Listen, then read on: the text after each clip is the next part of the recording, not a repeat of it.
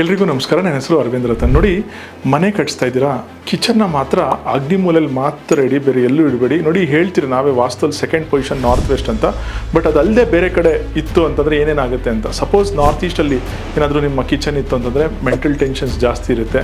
ಆ ಥರ ಈಸ್ಟಲ್ಲಿ ಏನಾದರೂ ಕಿಚನ್ ಇತ್ತು ಅಂತಂದರೆ ನಿಮ್ಮ ವೈಫ್ಗೆ ಸ್ಯಾಟಿಸ್ಫ್ಯಾಕ್ಷನ್ ಲೆವೆಲ್ಸ್ ಕಡಿಮೆ ಇರುತ್ತೆ. ಅಂದರೆ ಏನೇ ಮಾಡಿದ್ರು, ಏನೇ ಕೊಡಿಸಿದ್ರು ಅವ್ರಿಗೆ ಸ್ಯಾಟಿಸ್ಫ್ಯಾಕ್ಷನ್ ಲೆವೆಲ್ಸ್ ಕಡಿಮೆ ಇರುತ್ತೆ. ಆ ಥರ ಹೆಲ್ತ್ ಮೇಲೆ ಸ್ವಲ್ಪ ಇಂಪ್ಯಾಕ್ಟ್ ಬಿಡದೇ ಬೀಳುತ್ತೆ. ಆ ಥರ ವೆಸ್ಟಲ್ಲಿ ಏನಾದರೂ ಅಂದರೆ ಪಶ್ಚಿಮದಲ್ಲಿ ಏನಾದರೂ ಕಿಚನ್ ಇತ್ತು ಅಂದರೆ ಸ್ವಲ್ಪ ಹಾರ್ಡ್ಶಿಪ್ಸ್ ಅಂದರೆ ಕಷ್ಟಗಳು ಅನುಭವಿಸ್ತೀರಾ. ಈ ಥರ ನಾರ್ತ್ ವೆಸ್ಟಲ್ಲಿ ಕಿಚನ್ ಇದ್ದರೂ ಸ್ವಲ್ಪ ಎಕ್ಸ್ಪೆಂಡಿಚರ್, ಇವೊಂದು it's second position in vastu ಇದ್ದರೂ ಸ್ವಲ್ಪ ಎಕ್ಸ್ಪೆಂಡಿಚರ್ಸ್ ಜಾಸ್ತಿ ಇರುತ್ತೆ. ನಾರ್ತಲ್ಲಿ ಕಿಚನ್ ಇತ್ತು ಅಂದರೆ ಸ್ವಲ್ಪ ನಿಮ್ಮ ಕರಿಯರ್ ಪ್ರಮೋಷನ್ ಮೇಲೆ ಇಂಪ್ಯಾಕ್ಟ್ ಬೀಳುತ್ತೆ.